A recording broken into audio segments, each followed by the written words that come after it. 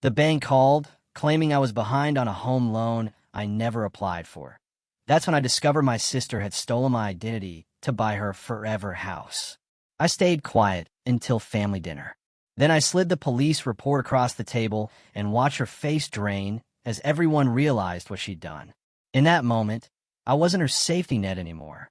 I became the one mistake she'd regret for the rest of her life. Can you imagine the gut-wrenching moment you realize your own sister, the one you always looked up to, didn't just borrow money from you? She stole your entire financial future to buy her dream home. That's exactly what happened to me.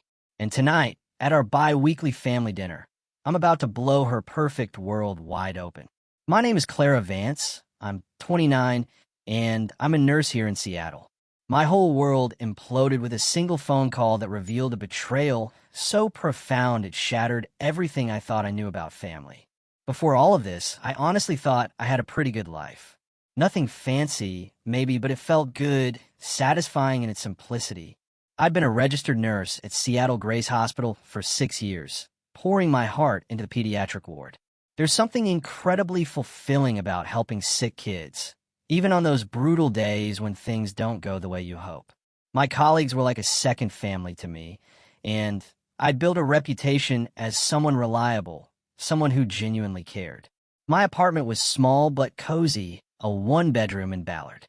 I'd filled it with quirky secondhand finds and a ridiculous number of plants. My friends joked it was more greenhouse than home, but those green companions were my peaceful escape after long, chaotic hospital shifts. Then there was my actual family. My parents, Robert and Eleanor Vance, still live in the same suburban home where my older sister, Serena, and I grew up. Dad had retired from accounting a couple years ago, and Mom was still teaching 4th grade, swearing she'd retire the day kids stopped being interesting. They were good people, honest, hardworking, devoted to their daughters. And Serena, my older sister by 3 years. I'd spent my whole life looking up to her. As kids, she was the confident one, the achiever, the one who made friends effortlessly while I hung back, shy and uncertain. She was homecoming queen, valedictorian, captain of the debate team.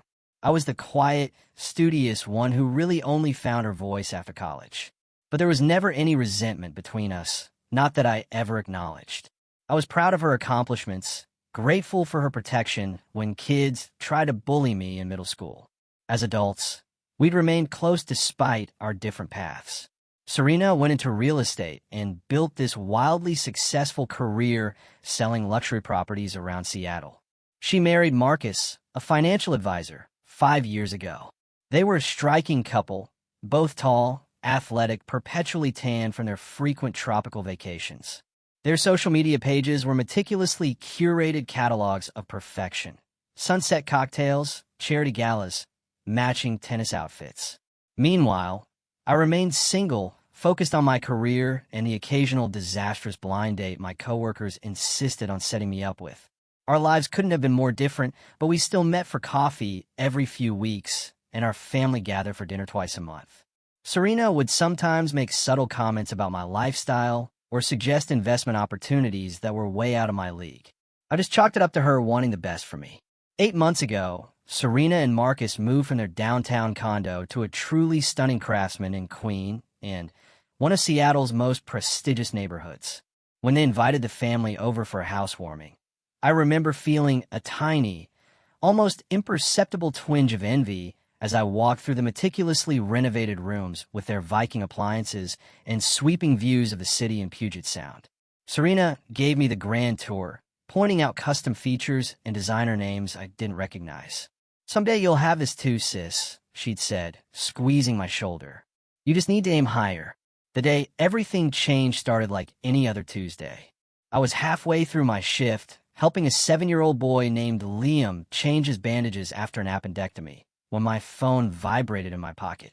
Normally, I wouldn't answer during patient care, but I'd been waiting for news about my elderly neighbor who'd been hospitalized the previous night. I excused myself after ensuring Liam was comfortable. "Hello, this is Clara," I answered, stepping into the hallway. "Miss Vance, this is Mr. Jenkins from Washington Mutual Bank.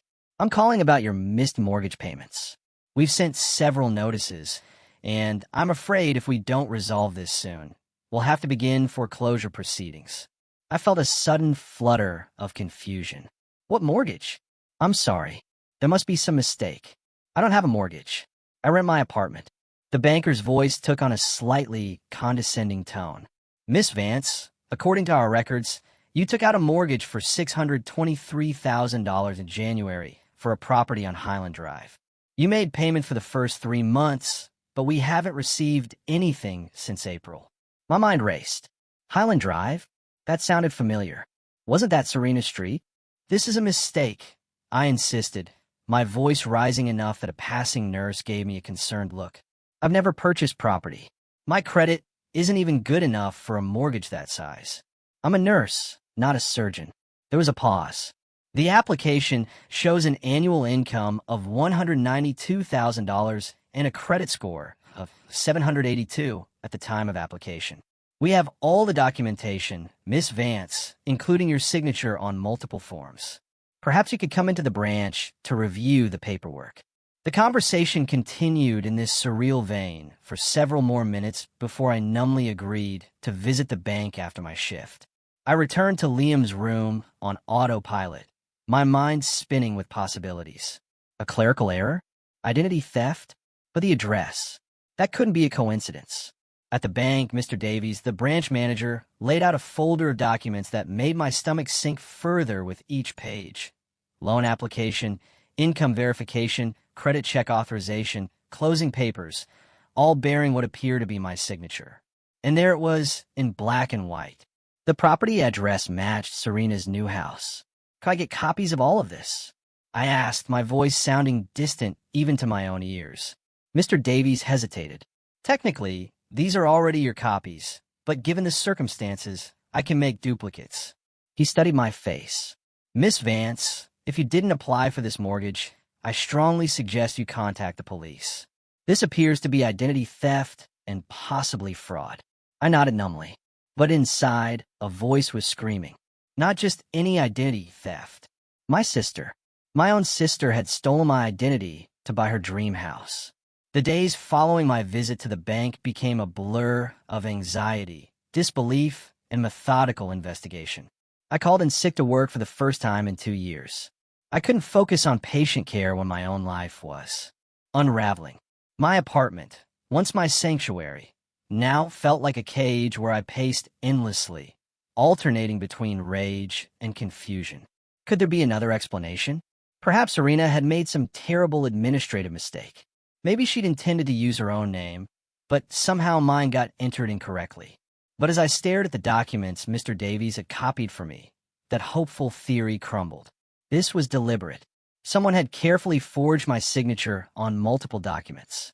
Someone had provided my social security number, birth date, and employment history. Someone who knew me intimately. My first call was to the credit bureau. The customer service representative sounded bored until I explained the situation. Then her tone shifted to practiced sympathy. Let me pull up your credit report, Miss Vance. The clicking of a keyboard, then a pause. There are several accounts here that appear to have been opened in the past year. The mortgage is the largest, but there's also a home equity line of credit for $150,000, 3 credit cards with limits between $20,000 and $30,000 each, and a personal loan for $45,000. I felt physically ill. All of these are fraudulent. I didn't open any of them. I understand, ma'am.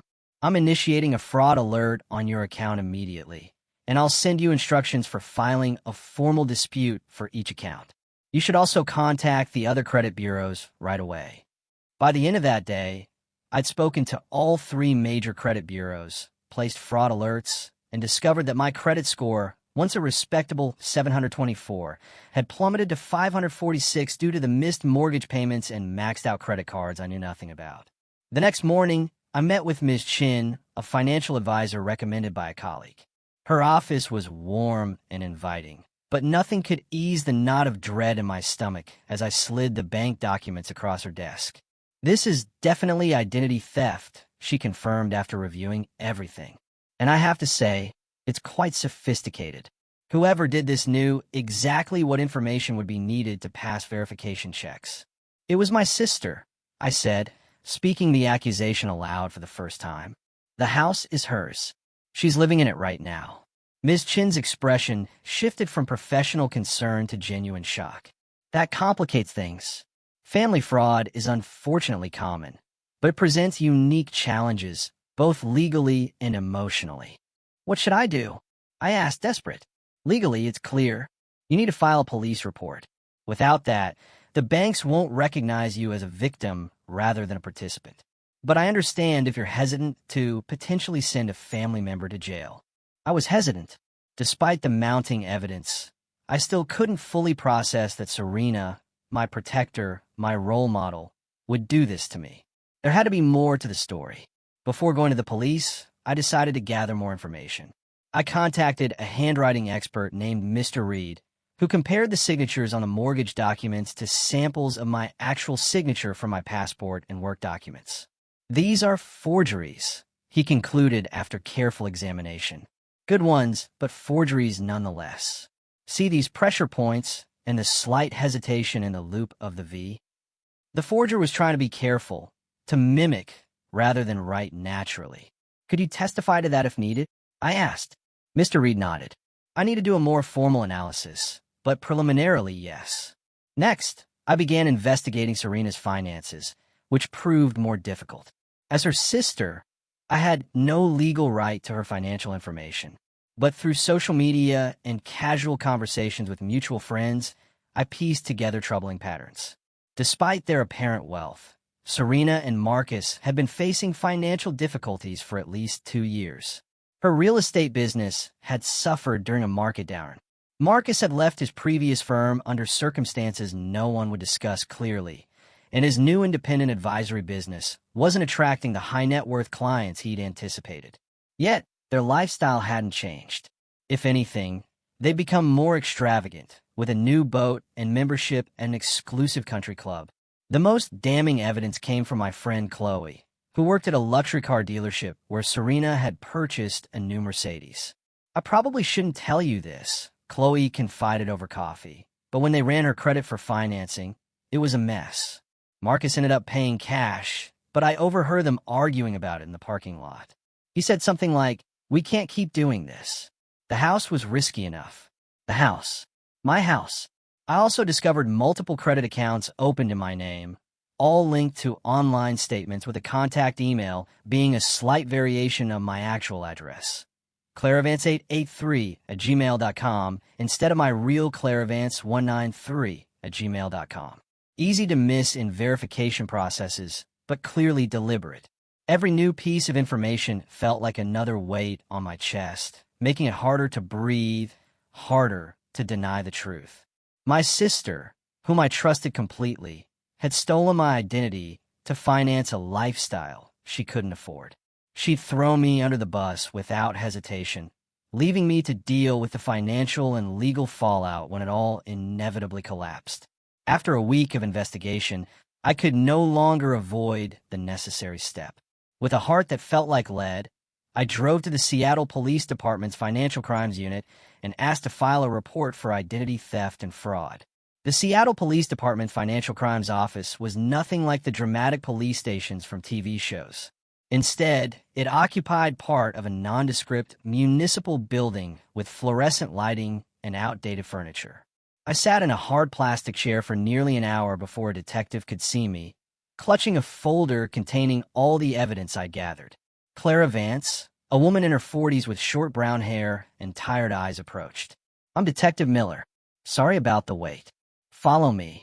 She led me to a small interview room with a table, 3 chairs, and absolutely nothing else except a wall-mounted camera in the corner. Detective Miller noticed me eyeing it. "Standard procedure," she explained. "Helps protect both you and us. Now, I understand you're here to report identity theft." "Yes," I said, my voice smaller than I intended. "By my sister." Something flickered in Detective Miller's expression. Surprise, maybe even sympathy, before her professional demeanor returned. "I see. That's unfortunately more common than you might think. Tell me everything from the beginning." For the next 2 hours, I walked her through the whole story. The bank call, the mortgage I never applied for, the credit cards and loans open in my name. The house my sister was living in, purchased with my stolen identity. Detective Miller took detailed notes, occasionally asking clarifying questions. She seemed particularly interested in the timeline and how Serena might have obtained my personal information. Do you share any financial accounts? Safety deposit boxes? Has she ever lived with you as an adult? No to all of those, but we're close. Or I thought we were. She's been to my apartment countless times. My important documents are in a file cabinet in my home office, not locked. I felt foolish admitting this. I never thought I needed to protect myself from my own sister. Detective Miller's expression softened slightly. No one expects this from family. It's not your fault. After I finished my account, she leaned back in her chair. Miss Vance, I want to be clear about something. Filing this report means we will investigate fully. And if the evidence supports your claims, your sister could face serious criminal charges. Identity theft and mortgage fraud are felonies. She could go to prison. Are you prepared for that? The question hit me like a physical blow. Was I prepared to be responsible for sending Serena to prison? For destroying her life, her marriage, her career? I thought about her childhood, how she taught me to ride a bike, helped me with homework, stood up for me against bullies. I thought about her parents, who would be devastated. But then I remembered my ruined credit score, the $623,000 debt in my name, the violation of trust so profound I could barely comprehend it. Yes, I said finally. I need to protect myself. If she faces consequences for what she did, that's her responsibility, not mine. Detective Miller nodded. I understand this is difficult. We'll handle the investigation with discretion, but I can't promise confidentiality, especially if charges are filed. These cases become public record. Understand. She pushed a form across the table. This is the official identity theft report. Read it carefully before signing. As I signed the report, my real signature, not the forged one on the mortgage documents, I felt a strange mix of relief and dread. The machinery of justice was now in motion, and I couldn't stop it, even if I wanted to. Chloe was waiting for me in the lobby. I'd asked her to come for moral support, knowing I'd need a friendly face after taking such a momentous step. How did it go? She asked, pulling me into a hug. About as well as accusing your sister of felony fraud can go, I replied, attempting humor, but hearing the tremor in my voice. You did the right thing, Clara. What she did was unforgivable. We went to a nearby coffee shop where Chloe listened as I processed my swirling emotions. The detective said they'll begin investigating right away. They'll contact the bank, subpoena records, maybe even interview Serena. I stared in my untouched latte. How do you think she'll react? She'll deny it at first. Serena's always been good at lying when cornered. Then she'll try to justify it somehow. Make it seem like she was doing you a favor or had every intention of paying everything back. Do you think she did intend to pay it back? Chloe asked. I considered this, maybe in some abstract way, but the practical reality? She and Marcus were already missing payments. They never had a plan beyond using my identity to get what they wanted in the moment. 2 days later, Detective Miller called with an update. We've confirmed your suspicions, Miss Vance. The mortgage application was submitted online using your personal information, but from an IP address traced to your sister's previous residence. We're also investigating her husband's potential involvement. Financial crimes like this are rarely committed by just one person in a household. Marcus. I hadn't even considered his culpability until now, but of course he would have known. As a financial advisor, he might even have helped orchestrate the whole scheme. There's more, Detective Miller continued. We've discovered evidence suggesting they were planning to declare bankruptcy in your name once the debts became unmanageable. There's searches from their home computer about bankruptcy laws and identity abandonment. The calculated nature of their betrayal stunned me. They hadn't just stolen my identity in a moment of desperation. They'd planned to utterly destroy my financial future while protecting their own. A week after filing the report, I received the official police documentation, a comprehensive dossier detailing the evidence against Serena and Marcus. Bank records showing transfers from accounts in my name to their personal accounts. Loan applications with forged signatures. Credit card statements showing purchases at stores and restaurants I'd never visited, in amounts I could never afford. Sitting at my kitchen table that evening, I read through each page methodically, highlighting the most damning sections. The police had done thorough work building an airtight case against my sister and brother-in-law. According to Detective Miller, the district attorney was confident about pressing charges. Tomorrow was our bi-weekly family dinner. Serena would be there, still believing her scheme was undiscovered. She didn't know that I'd received the foreclosure notice intended for homeowner Clara Vance. She didn't know I'd spent weeks investigating her. She didn't know about the police report that now sat in a manila folder on my counter. As I prepared for bed, my phone chimed with a text from my mother. Looking forward to seeing my girls tomorrow. I'm making your favorite lasagna. Love you both. The casual normalcy of it broke something in me. I cried for the first time since this nightmare began. Not just for myself, but for our parents whose world was about to shatter. In the morning, I rehearsed what I would say, how I would remain calm and dignified. When I confronted Serena, I wouldn't scream or call names, though God knows she deserved it. I would simply present the evidence and let the truth speak for itself. As I was getting dressed for dinner, my phone rang. It was my mother. Honey, you're still coming tonight, right? Your father's already opened a bottle of wine. Yes, Mom. I'll be there at 6. Good. Serena is bringing that chocolate mousse cake you love from Dahlia Bakery. Isn't that thoughtful? Thoughtful. My sister, the identity thief, buying me cake with credit cards fraudulently opened in my name. The absurdity of it almost made me laugh. Very thoughtful. I managed. See you soon, Mom. I tucked the police report into my bag and headed out the door, steeling myself for the confrontation that would forever change our family. I spent nearly an hour deciding what to wear to dinner, but somehow it felt important. I settled on a simple navy dress, professional, serious. Not my usual casual attire for family gatherings, but this was no ordinary dinner. I applied my makeup carefully, determined that Serena wouldn't see how much she'd hurt me. I wouldn't give her the satisfaction. As I drove to my parents' home in Bellevue, memories flooded back of happier family dinners. Mom's birthday last year, when Serena and I had coordinated to surprise her with tickets to see Hamilton. Christmas 2 years ago, when Dad had gotten tipsy on eggnog and started singing carols in an operatic voice until we were all crying with laughter. Countless Sunday dinners where we'd shared stories, advice, and gentle teasing. Tonight would be the last of those dinners, at least in any 4. Am I recognized? After tonight, nothing would ever be the same. I parked a block away, needing a moment to compose myself before entering. As I walked toward the house, I spotted Serena's white Range Rover in the driveway.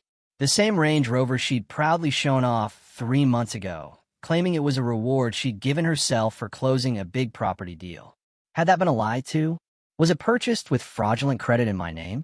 The familiar smell of my mother's lasagna greeted me as I approached the front door. For a second, I considered turning around, driving home, pretending I'd fallen ill. I could confront Serena privately, give her a chance to make things right without public humiliation. But then I remembered the bankruptcy searches Detective Miller had mentioned. Serena and Marcus had planned to leave me financially ruined while they walked away unscathed. They deserved no mercy. I rang the doorbell, feeling the weight of the police report in my bag like a brick. Clara. My mother opened the door, beaming.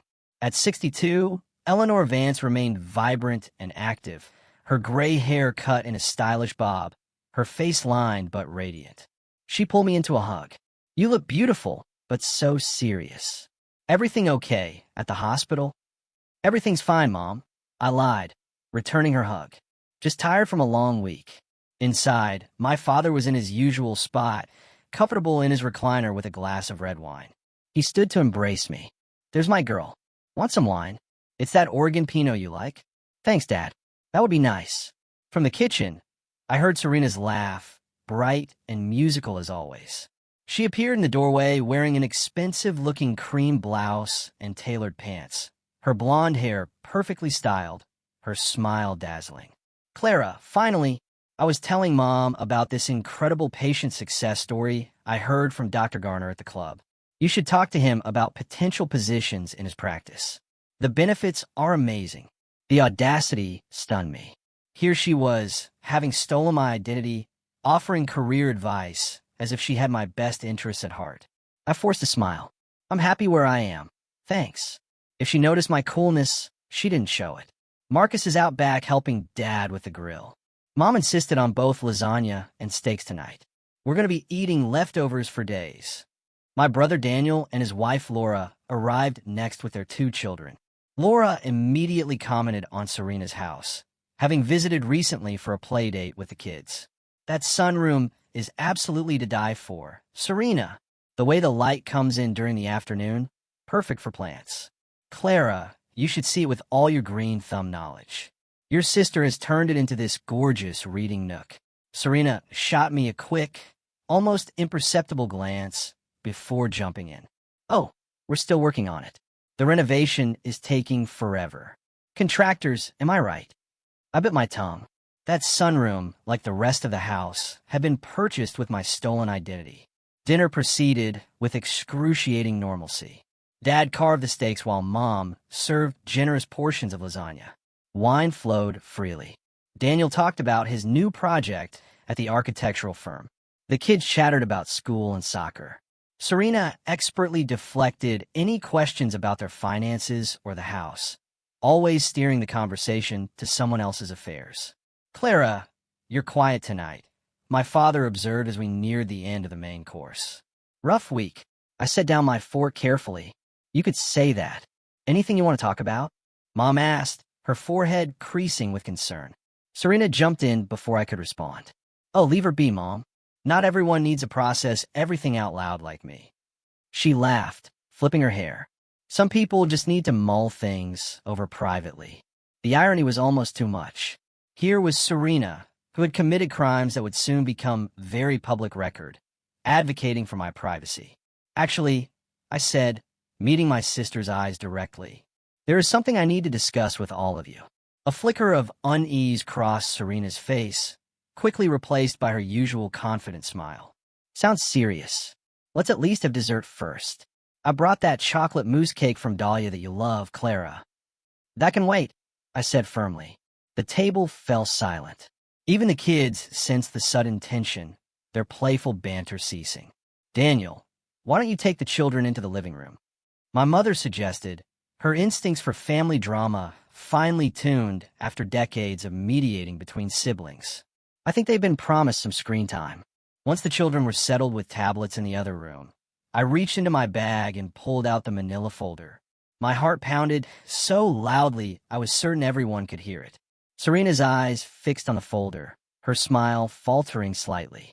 What's that, honey? My father asked. I took a deep breath. The moment had arrived. There was no turning back.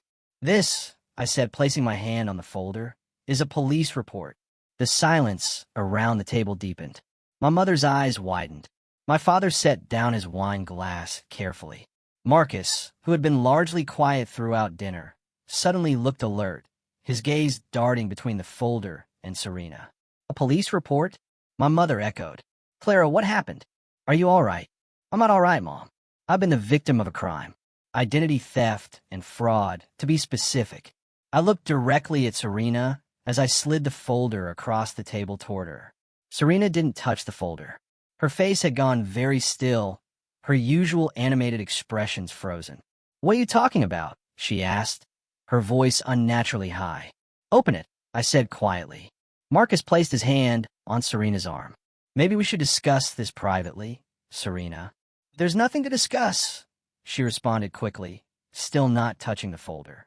Clara's obviously confused about something. My father, never one for tension or confrontation, tried to lighten the mood. Is this some kind of joke, girls? Because I'm not following. It's not a joke, Dad.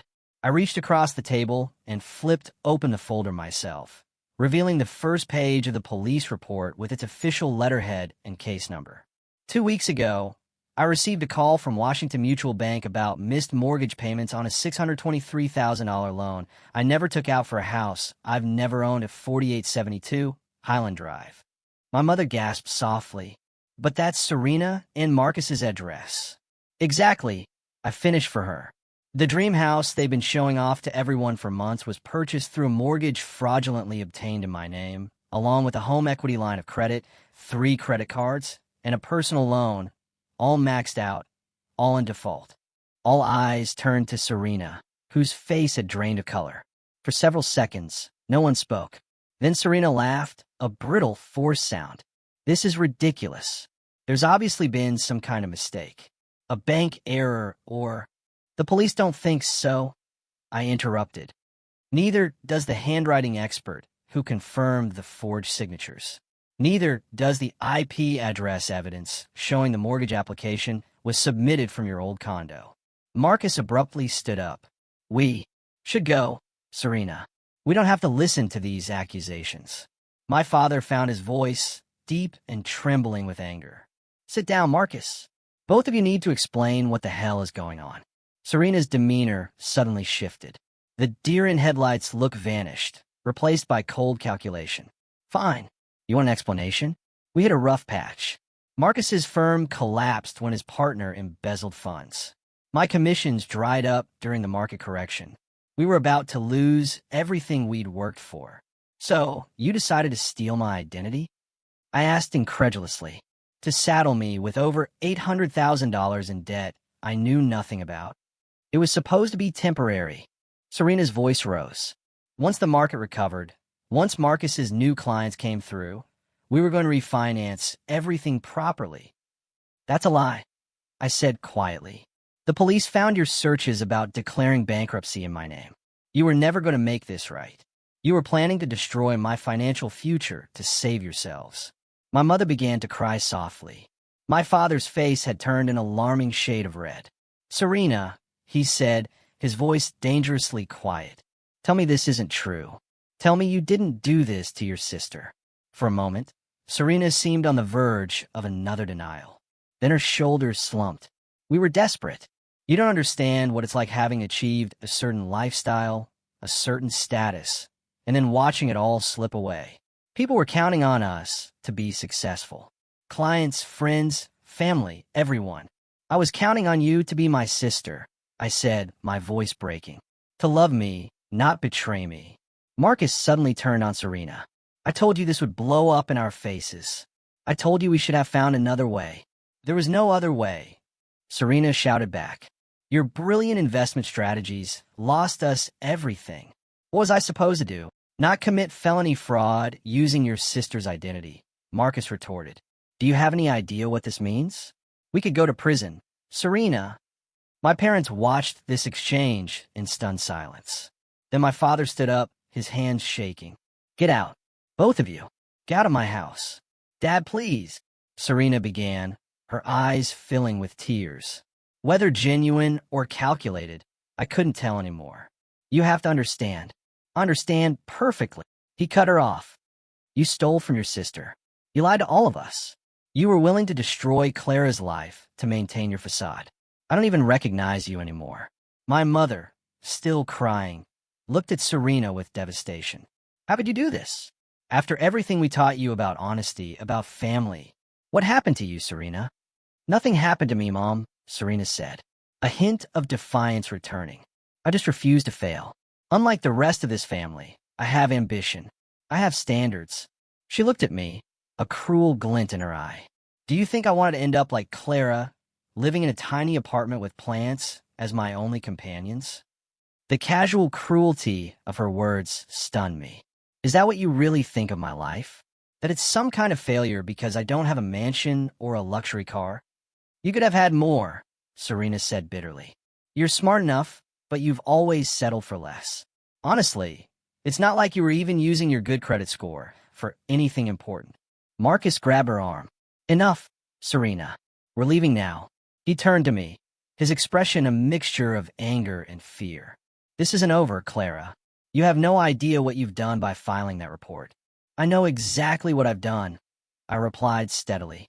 I protected myself from criminals. That's what you both are, criminals. And now you'll face the consequences. As they gathered their things to leave, my mother called after Serena. The police? Will they arrest you? Serena paused at the door.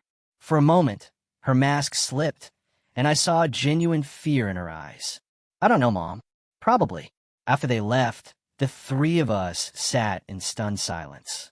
My father poured himself another glass of wine, his hands still shaking. My mother wiped her tears with a napkin, looking suddenly older than her years. "I should have seen it," she said finally. "All those extravagant purchases, the house we knew they couldn't afford. I just thought they were being irresponsible with their money. Not this. None of us saw it," I said, reaching for her hand. I never imagined Serena capable of something like this. Not to a stranger, and certainly not to me. My father looked at the police report still open on the table. "What happens now?" "The district attorney will decide whether to press charges. Given the evidence, Detective Miller thinks it's almost certain. Serena and Marcus will be arrested, probably within the week." "And the debts? The mortgage? The credit cards?" my father asked. "Ever the accountant. I'm working with the banks to clear my name. It's a long process, but the police report helps establish that I'm the victim, not a willing participant. My credit is still destroyed, at least for now." We sat together for hours that night, processing the shock, the betrayal, the uncertain future. My brother Daniel returned from putting his children to bed, and we explained everything. His initial disbelief gave way to rage on my behalf. "I'll testify against her if needed," he said fiercely. "What she did to you is unforgivable." As I drove home that night, I felt hollowed out, as if something essential had been scooped from my chest. I had done what was necessary to protect myself, but there was no satisfaction in it. Only grief for the sister I thought I knew and the family that would never be the same. The immediate aftermath of that fateful dinner felt like scenes from someone else's life. A television drama I was somehow starring in without having auditioned for the role. 3 days after the confrontation, Detective Miller called to inform me that arrest warrants had been issued for both Serena and Marcus. They were taken into custody at their home, my home, according to the fraudulent mortgage, and charged with multiple felonies: identity theft, fraud, forgery, and conspiracy. Their arrests made the local news.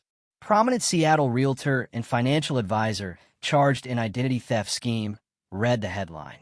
The article mentioned that the victim was Serena's sister, though thankfully withheld my name. Still, anyone who knew our family could easily figure it out. My phone buzzed constantly with messages from concerned friends, distant relatives, and even former classmates who had connected the dots. I turned it off, unable to face the well-meaning but intrusive questions. "How are you holding up? Did you know what they were doing? Are they going to prison?" My parents retreated into a shell of shock and humiliation.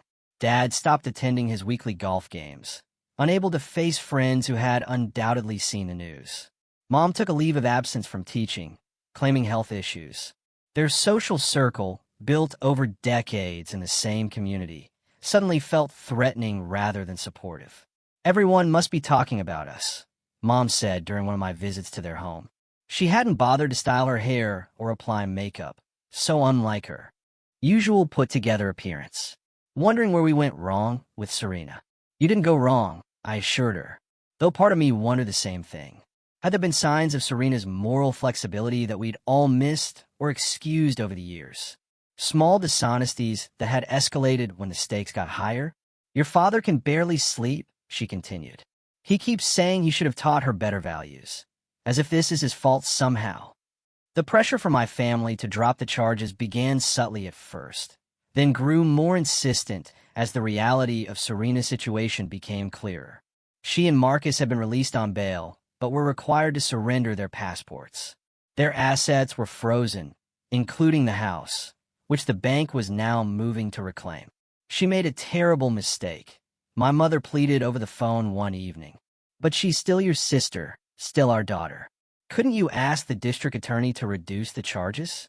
Maybe some kind of probation instead of prison." "Mom, she stole my identity. She planned to declare bankruptcy in my name. Do you understand what that would have done to me? I wouldn't have been able to rent an apartment, get a car loan, maybe even keep my job if it required a security clearance. She was willing to destroy my life. I know, honey, what she did was inexcusable, but she has 2 young children. Think about your niece and nephew growing up without their mother. That was the hardest part. Lily and Leo, 5 and 7, innocent in all this. I adored those children, had babysat them countless times, brought them special treats for my travels.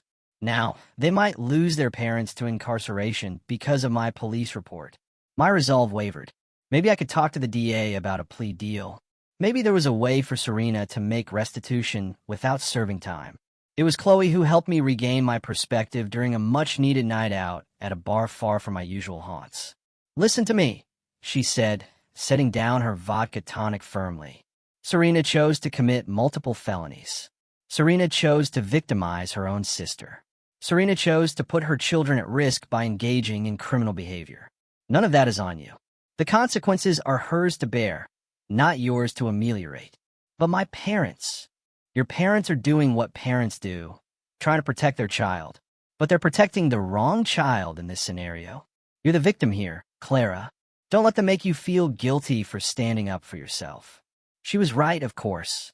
And when I met with the district attorney the following week, I made it clear that I was not interested in dropping or reducing the charges.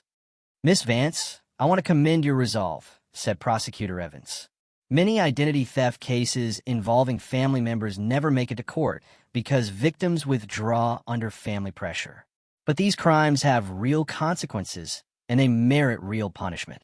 The legal proceedings moved forward with excruciating slowness. Preliminary hearings, motions filed by expensive defense attorneys, continuances, and delays. Through it all, I had to continue working, paying my bills, and attempting to repair my shattered credit. I'll never forget the day Serena and Marcus finally accepted a plea deal. 9 months after my confrontation at the family dinner, I sat in the courtroom watching as my sister, thinner now, her designer clothes replaced by a modest navy suit, stood before the judge. "Serena Parker, you have pleaded guilty to 1 count of identity theft, 1 count of fraud, and 1 count of conspiracy," the judge stated. "Before I pronounce sentence, do you wish to make a statement?" Serena turned slightly, her eyes finding mine in the gallery. For a moment, I saw a flicker of the sister I'd grown up with, vulnerable, human, flawed. "I want to apologize to my sister," she said, her voice steady but subdued. "What I did was unforgivable. I betrayed your trust in the worst possible way, and I'll regret it for the rest of my life. I was selfish and desperate and terrified of failure, but that's no excuse for hurting the person who has always supported me and believed in me. I'm so sorry, Clara." The judge sentenced Serena to 18 months in federal prison, with Marcus receiving 12 months. Both would serve 3 years of supervised release afterward and were ordered to pay full restitution, though how they would manage that without their careers remained unclear. As Serena was led away, our eyes met one final time. There was so much unsaid between us, so much damage that might never be repaired. I didn't know if I could ever forgive her, but in that moment, I acknowledged the complexity of my feelings. The anger and betrayal intertwined with memories of a shared childhood, of love that had been real despite everything that came after. The weeks following the sentencing were a blur of practical matters. The bank foreclosed on the house, selling it at auction for less than the mortgage amount. I worked with credit agencies to remove the fraudulent accounts from my record, a frustratingly slow process that required countless phone calls, letters, and documentation. My relationship with my parents remained strained. They visited Serena regularly in the minimum security facility where she was serving her time, but rarely mentioned these visits to me. We tried to maintain some semblance of family connection, but our conversations were superficial, carefully avoiding the elephant in the room. Thanksgiving came and went, the first one in my memory without a full family gathering. My parents invited me, but I declined, spending a holiday with Chloe's family instead. Christmas was equally fractured. I dropped gifts for my parents at their home, but didn't stay for dinner. The traditions that had anchored our family life for decades had been shattered along with our trust. The day the bank finally removed the fraudulent mortgage from my credit report felt like emerging from a long, dark tunnel. My credit score was slowly recovering, though financial experts warned it might take years to fully restore. I'd moved to a new apartment, wanting a fresh start in a place untainted by memories of betrayal. It was smaller than my previous one, but in a building with better security, including a locked mailbox that only I could access. The paranoia lingered, a constant companion I was learning to manage rather than eliminate. My weekly therapy sessions with Dr. Wells had become a cornerstone of my recovery. Initially reluctant to share my story with yet another stranger, I'd found unexpected relief in having a neutral space to process my complicated emotions without judgment. Family betrayal creates a unique kind of trauma, Dr. Wells had explained during one of our early sessions. The people we expect to protect us become the source of harm. It fundamentally challenges our ability to trust. Will I ever trust anyone again? I'd asked, only half joking. You'll trust differently, she'd replied. More carefully, more intentionally. That's not necessarily a bad thing. She was right. I've become more cautious about sharing personal information, more vigilant about reviewing financial statements, more selective about who I allowed into my inner circle. But I hadn't withdrawn from life entirely, which had been my fear in those dark early days. My relationship with my parents was slowly healing, though it would never return to what it had been. The strain of divided loyalties, their natural instinct to support Serena despite her crimes, my legitimate need for validation as the victim, created an underlying tension that colored our interactions. But we were trying, all of us. Sunday dinners had resumed, though less frequently and with a careful avoidance of certain topics. Your father and I visited Serena yesterday, my mother mentioned during one such dinner, watching my face carefully for a reaction. How is she? I asked, surprised by my own genuine curiosity. Managing. She's teaching an ESL class to other inmates. She asked about you. I nodded, but offered no response. I still wasn't ready to visit Serena, to face her across a prison table and hear more apologies that couldn't undo what she'd done. Maybe someday, but not yet. My father, who had been mostly silent on the subject of Serena for months, suddenly spoke up. She's different in there. Humbled, I think. I think she's finally understanding the magnitude of what she did to you. It was the first time he had so clearly acknowledged me as the victim rather than focusing on Serena's suffering. The validation, though long overdue, meant more than I could express. Thank you for saying that, Dad, I said quietly. The most unexpected support came from extended family who had seemed distant or judgmental in the immediate aftermath of the scandal. My cousin Rachel, who I'd never been particularly close to, reached out with a surprising revelation. I never told anyone in the family, she confided over coffee, but my college roommate stole my identity, opened credit cards, ran up thousands in debt. She looked at me intently. I know something about what you've been through. What did you do? I asked. Pressed charges, just like you. Lost friends who thought I was overreacting. Never regretted it for a minute. Finding this community of understanding other identity theft victims who truly comprehended the violation I'd experienced became an important part of my healing. I joined an online support group and eventually began attending in-person meetings of the Financial Crime Survivors Network. There I met people from all walks of life whose stories echoed aspects of mine. The shock of discovery, the painstaking process of clearing their names, the broken relationships with those who couldn't understand why they wouldn't just forgive and move on. In their company, I didn't have to explain or justify my feelings. They already knew. Through this network, I connected with a nonprofit organization dedicated to helping identity theft victims navigate the complex process of recovery. After benefiting from their resources, I began volunteering, using my own experience to guide others through the labyrinthine systems of credit bureaus, law enforcement, and financial institutions. You have a gift for this, Sarah, the organization's director, told me after observing one of my counseling sessions with a newly identified victim.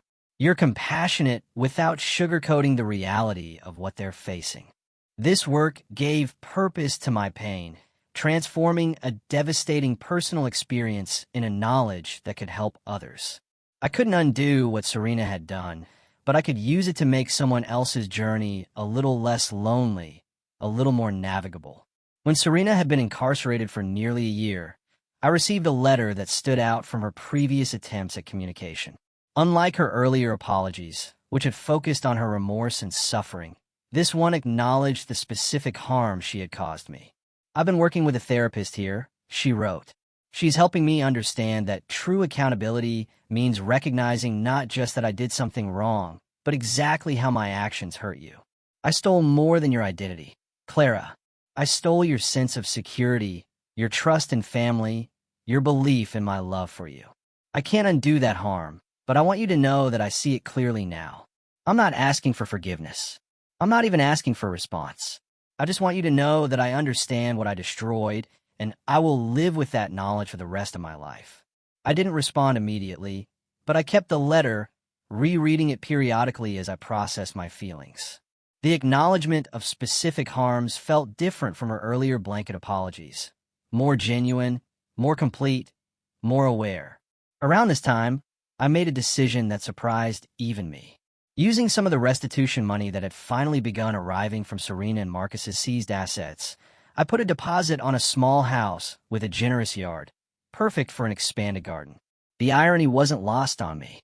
My sister's crime had ultimately led to me achieving the home ownership she had fraudulently claimed in my name.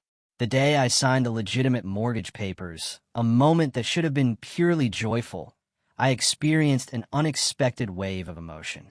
Sitting in a loan officer's office, reviewing documents remarkably similar to those that had been forged in my name, I felt a strange closing of a circle. "Is everything all right, Miss Vance?" the loan officer asked, noticing my hesitation. "Yes," I said, signing my actual name to a loan I had chosen for a house I could afford. "Everything is fine. Better than fine, actually." Taking ownership of my new home became a powerful act of reclamation. I painted the walls colors I loved, planted a vegetable garden in the backyard, and invited friends for a housewarming party, my first real celebration since before the identity theft discovery. Chloe brought champagne and a doormat that read, "Not today, identity thieves." Dark humor that made me laugh despite myself. My parents came too, bringing a houseplant and awkward good wishes. They were trying, in their way, to support this new chapter while still maintaining their relationship with Serena. "It's a lovely home, Clara," my mother said, hugging me tightly. "We're so proud of you," my father clarified, "for everything, for how you've handled all of this with dignity and strength. It wasn't complete healing. That would take years more if it ever fully arrived. But it was acknowledgement, and that mattered." 2 weeks after my housewarming, I did something I'd been considering for months. I drove to the Federal Correctional Institution where Serena was serving her sentence and added my name to her visitors list. I wasn't ready to see her yet, but I wanted the option available when and if that day came. As I continue rebuilding my life, I've come to understand that healing isn't a destination, but a process. Some days I feel strong and forward-looking. Others, the betrayal feels fresh and raw. I've learned to accept both realities as part of my journey. What happened between my sister and me is a story with no neat ending, no perfect resolution. Family bonds, once broken by betrayal, can never be completely restored to their original form. But they can transform into something new, something more honest, perhaps with clearly established boundaries and carefully rebuilt trust. I don't know if Serena and I will ever reclaim anything resembling our former closeness. I don't know if I'll ever fully trust her again. But I know that I've survived the worst betrayal I could imagine, and I've emerged stronger, wiser, and more self-reliant than before. If there's a lesson in all of this, it's that trust should be treated as the precious resource it is. Given carefully, guarded appropriately, and withdrawn when necessary for self-protection. Love and trust aren't the same thing, a distinction I never fully understood until now. I can love my sister while acknowledging that she violated my trust in ways that may never be fully repaired. This experience has taught me that family loyalty has limits and should have limits. That standing up for yourself, even against those you love, isn't selfish but necessary. That forgiveness, if it comes, must follow accountability, not replace it. I'm still writing my story, still finding my way forward. But I know this much. I refuse to be a victim in silence. I refuse to sacrifice my financial future to protect someone who hadn't protected me. I refuse to accept betrayal as the price of family peace. And in those refusals, I found my strength. What about you? Have you ever experienced betrayal from someone you trusted completely? How did you handle it? And what boundaries did you establish afterward? I'd love to hear your stories in the comments below.